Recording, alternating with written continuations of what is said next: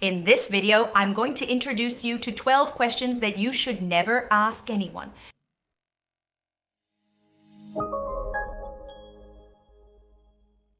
Hi everyone, how are you? I'm Juliana Santiago and welcome to the Etiquette and Protocol channel. I'm a teacher of etiquette, a consultant, a specialist in the field, and today we're going to talk about 12 questions that you should never ask anyone. Really to no one, whether it's someone you're just starting to build a relationship with, someone you've just met, or even someone with whom your relationship has already developed, right? Someone you're already close to, someone you're already friends with. Because these are questions that can really make the other person uncomfortable. They might remind them of something they don't want to mention. Sometimes they'll have to reveal something about their life that they don't want to talk about at that particular moment, or it might just make them feel embarrassed, right? These are questions where the answers should come up naturally in a conversation without you having to ask, right? These are topics that will come up from the other person without you having to question or bring them up, right? These are intimate things that the person might tell you, they might share with you, but these are topics that should come up naturally by the other person and not you being the one to ask those questions. I also picked out some questions here that will make other people really uncomfortable. That will leave the person kind of awkward, and I don't want you to come across as rude, as someone who makes others feel bad. Many times we confuse what it really means to have etiquette. But etiquette is about making other people feel good. It's about creating the best environment for our relationships and definitely avoiding these kinds of questions. They will help you. Remember that this is a part 2 video. I already made a first video about questions that should never be asked in part 1. And I decided to make a part 2 with questions sent by you. Suggestions of embarrassing questions that you have experienced. So stay tuned because your question might show up in this video here. The first question is, why are you so skinny? Just like the question now, why are you so fat? Or why did you gain so much weight? Shouldn't be asked. The opposite isn't appropriate either. So, why did you lose so much weight? Why did you lose so much weight? Why are you so skinny like this? These are questions that shouldn't be asked. Many times, the person might be going through a very difficult illness, and this weight loss could be a consequence of that excessive thinness for you. Right there where you notice it. And she might feel uncomfortable having to mention an episode of an illness she's dealing with to you. Sometimes she doesn't feel that free with you. She doesn't have that much intimacy with you. And she has to open up there. So I even received a comment from Angela, 8,248, saying that she underwent hemodialysis treatment for 4 years. And she became very weak, and because of that, she lost a lot of weight. And people would ask her a lot why she was so thin. Wow, I didn't know this disease could take such a toll on someone. They would even ask questions like, aren't you afraid your husband will look for another woman? And she said that this thinness, this excessive weight loss she had, was something that made her feel really bad, because she mentions here that even leggings were loose on her. So, when people mentioned to her that she was very thin and questioned her about this thinness, it made her feel even worse. So we really have to be careful, because a lot of times people idolize, put on a pedestal those who are thin, who are really thin. Like, wow, I wish I were really thin. And sometimes you think that. But the other person might be going through an extremely difficult, extremely delicate moment like this follower, or even going through another situation. Maybe not as deep as this follower's, but sometimes because of an emotional problem or a tough phase in life, and she doesn't want to open up to you about it. So this weight loss she had is not something that's positive for her. It's not something that's interesting, so it's important for you to pay attention to this kind of comment. Question number 2 is asking someone who is separated or even someone who has lost someone, sometimes a widower or a widow, asking if that person wants to get married again, especially in the case of people who have lost a partner. Think about someone who just lost someone they love so much. A life partner, someone they chose to be with. Even if it's just a boyfriend, asking someone if they're already ready for a new relationship, if they want to get married again, if they want to get involved with someone emotionally at another time in a deeper way. It's extremely delicate. And I was so impressed by this question because I actually received it from a follower. She said Amanda mentioned that she was at a funeral and they asked the widower at the funeral if he was going to get married again. Completely clueless, lack of empathy. Guys, imagine a widower on the day of the funeral. The last thing he wants to do is think about the future, about things that might happen. And like asking someone if they plan to get involved with someone else is extremely delicate and totally unnecessary. If you want to know if someone is interested in getting emotionally involved with someone else, let them tell you, let them share it with you. Don't go around asking those kinds of questions because it's very uncomfortable. Another question that should never be asked is to question a couple, for example, a man and a woman, if the woman is the man's daughter or if the man is the girl's father. Nowadays, it's very common for people to get involved with others of different ages. And it's not appropriate for you to ask that person what kind of family relationship they have, generally speaking, okay? We don't ask people what kind of family relationship they have. They are the ones who should tell you what their connection is, right? When you arrive at a place, for example, if I arrive at a party with my husband, I'm the one who should say that he's my husband. So there's no need for you to ask about the degree of relationship between people. Let people tell you themselves what their relationship is. If you want to get to know the person, if you want to be introduced, you can simply say, Juliana, you haven't introduced the person who's with you. If you want to meet the other person, just say that. There's no need to mention anything else. Oh, Juliana, you haven't introduced your father to me because then he's my husband and you'll feel embarrassed. So that's the kind of question that when we hear it, it might seem totally like, kind of clueless for someone to actually ask. But did you think about that situation I just gave as an example to you? So many times it even slips out unintentionally. You say, Juliana, you forgot to introduce me to your father. And then I go, oh no, that's my husband. So it's interesting how we don't question degrees of kinship or the relationships between people. If you arrive in a place and want to be introduced, just ask the person to introduce you. Don't try to make assumptions in your head. And even if you do, right, even if you have those assumptions in your mind, it's best not to say them out loud, around other people. Other questions that are also very inappropriate are those related to money. We have a few to list here in this video, but one that came up frequently is about installment payments for big purchases. So, for example, how did you buy this apartment? How many installments did you finance the house you live in? So, questions related to money should generally be avoided. And often we associate questions related to money, like how much do you make, right? Which is a more direct question. But questions also related to how the person bought something, those aren't interesting or smart questions either. And yes, those are clueless questions. So for example, if you ask how many installments you paid for your apartment, that's inappropriate. Is this apartment bought or rented? That's inappropriate. Let the person tell you if they want. What's the installment amount for your apartment's financing? Inappropriate. What's the rent for the house you live in? Inappropriate. So this is a list that we could group together, put in a group of totally clueless questions that can definitely make the other person uncomfortable.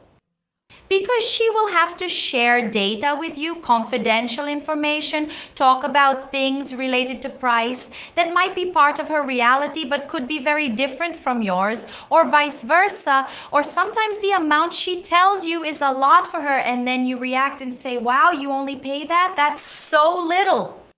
And for that person's reality, that amount has a really big meaning, So it's like we're also downplaying someone else's achievement or even making them uncomfortable about what they've accomplished, right?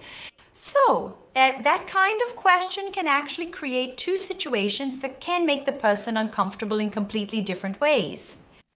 Another question also related to health is the one that Fabiana Ribas mentioned here, which is, why are you always sick? It's the same question we asked at the beginning about being thin. Many people have slightly more severe health problems than others. And sometimes they have lower immunity, sometimes there's a disease that also causes this lower immunity, and they end up getting sick more often. So it's not a good idea to ask someone why they're always sick. I, for example, know someone who has lupus, and as a consequence of the disease, it's natural for the person to go through some tougher phases. And during the treatment, I saw a lot of questions like, wow, why is your face always swollen? Wow, why are you always feeling sick? Wow, why are you taking medicine? Because sometimes someone would arrive at a party and say they couldn't drink alcohol and they'd say they were taking medicine. Then other people would already ask, wait, are you sick again? So you have to be very careful with too many questions that might make the person uncomfortable and force them to share things and experiences they wouldn't want to expose to you at that moment. If they want to share something more intimate, more personal, let them tell you. There's no need to keep pushing the conversation. There are so many topics for you to talk about, for you to exchange experiences and ideas with people, so it's important to pay attention to that. By the way, if you're enjoying this video, give it a like and subscribe to the channel. Also, comment below with any other questions you get that you think are out of line.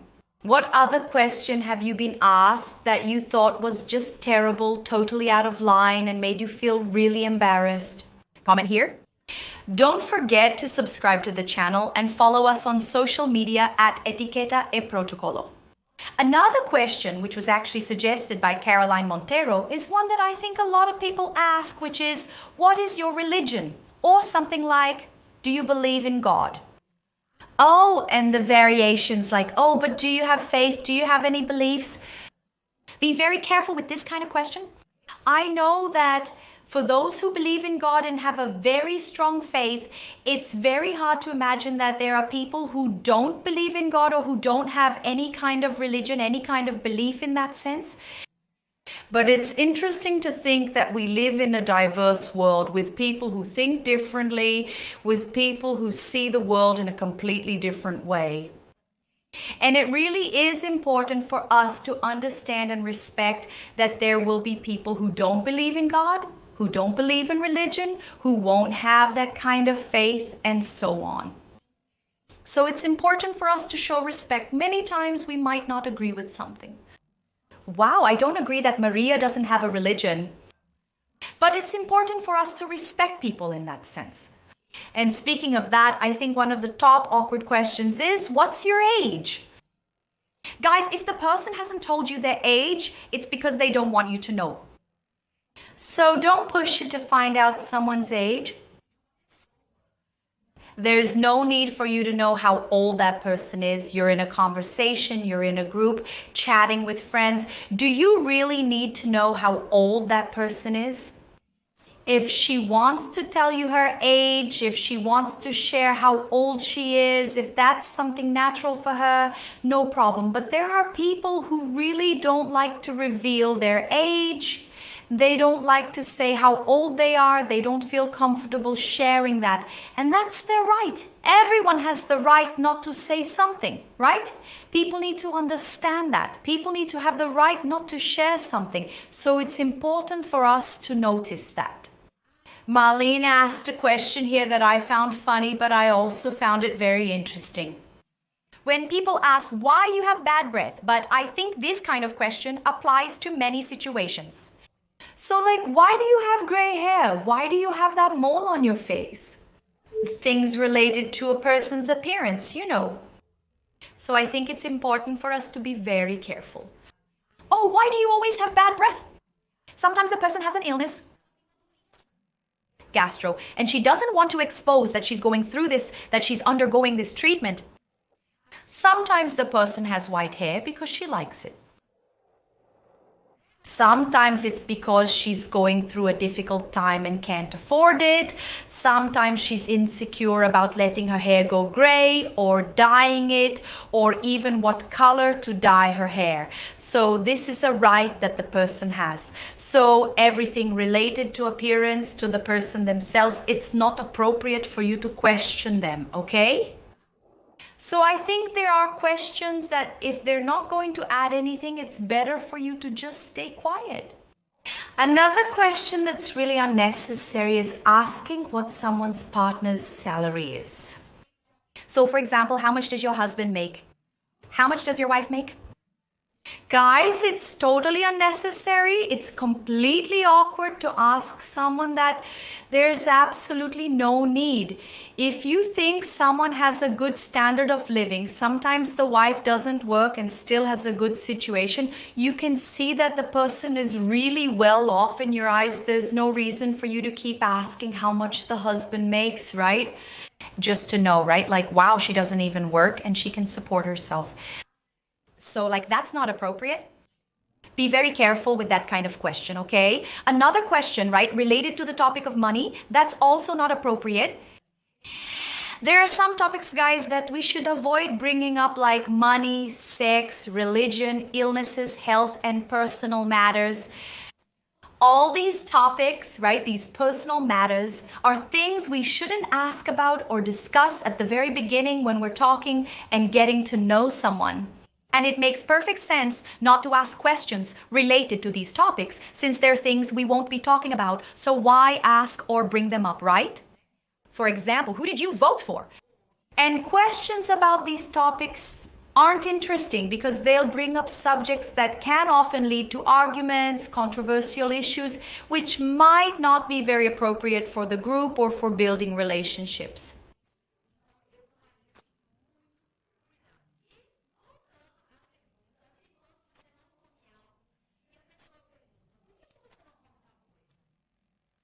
So sometimes the person just doesn't like it, but they don't want to say anything. So if you notice that the person in front of you isn't eating something that was served and you realize they don't like it, why would you embarrass them even more?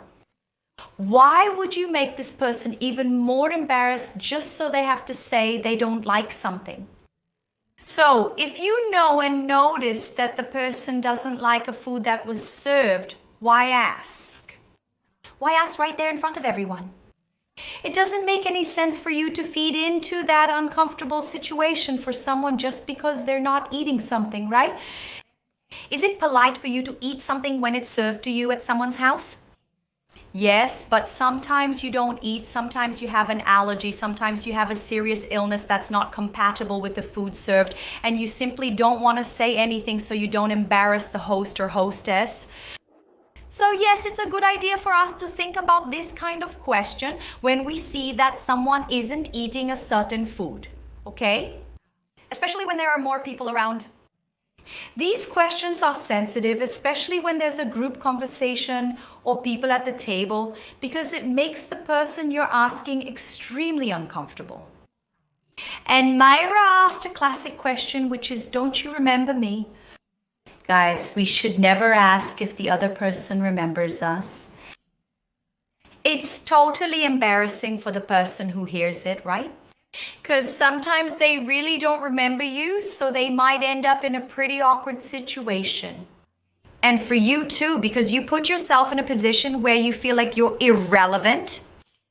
So be very careful with that kind of question. If you meet someone, you remember the person, but you can tell right away that they don't remember you, it's a good idea to mention to them who you are. And let's use an example. I meet João, who studied with me back in high school when I was 15. I can go up to João and say, "Hi João, how are things going?" So, have you been meeting up with the people from school? From ProMove? In parentheses, ProMove was the school I attended. It's Juliana. I studied with you at ProMove. That's right. That's right. How are things going? Anyway, I've already given Juan the hints about where we know each other from, where we had some kind of connection. And now it's up to Juan to handle this situation well. But be very careful when you ask someone, wow, do you remember me? You don't need to put the situation that way. You can just mention where you know the person from anyway. And before we wrap up with the last question, I want to ask you to like this video. Don't forget to comment here about any other embarrassing or clueless questions you've seen out there, so maybe we can make a part 3, okay? Remember, this is part 2, and I've already covered several other questions in part 1 of this video.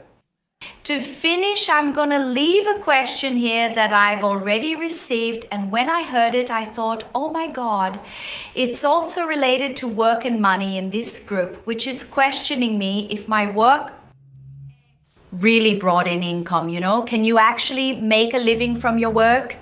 Because since I work with the internet, with content on social media, and also with digital courses, and since it's a new profession, I know that makes people curious. But if you notice that the person only works with that, why ask them if that really brings in enough income for them to have just that job?